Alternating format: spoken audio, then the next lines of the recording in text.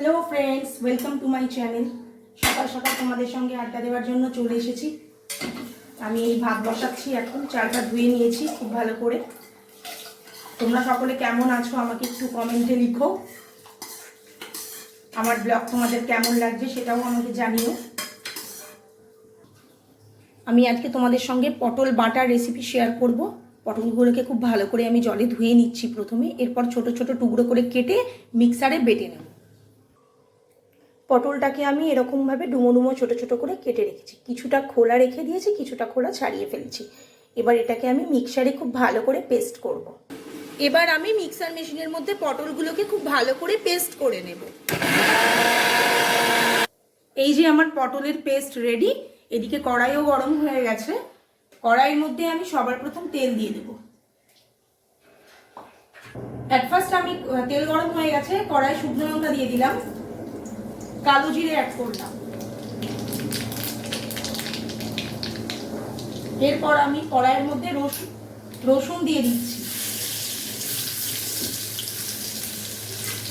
রসুন একটু ভাজা হচ্ছে, এরপরেই আমি পেস্টটা অ্যাড করলাম।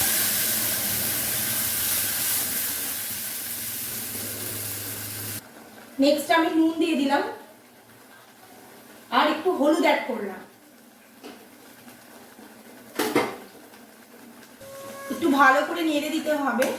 হলুদটা দিয়ে দিয়েছি যাতে হলুদটা ডেলা ডেলা না হয়ে যায়।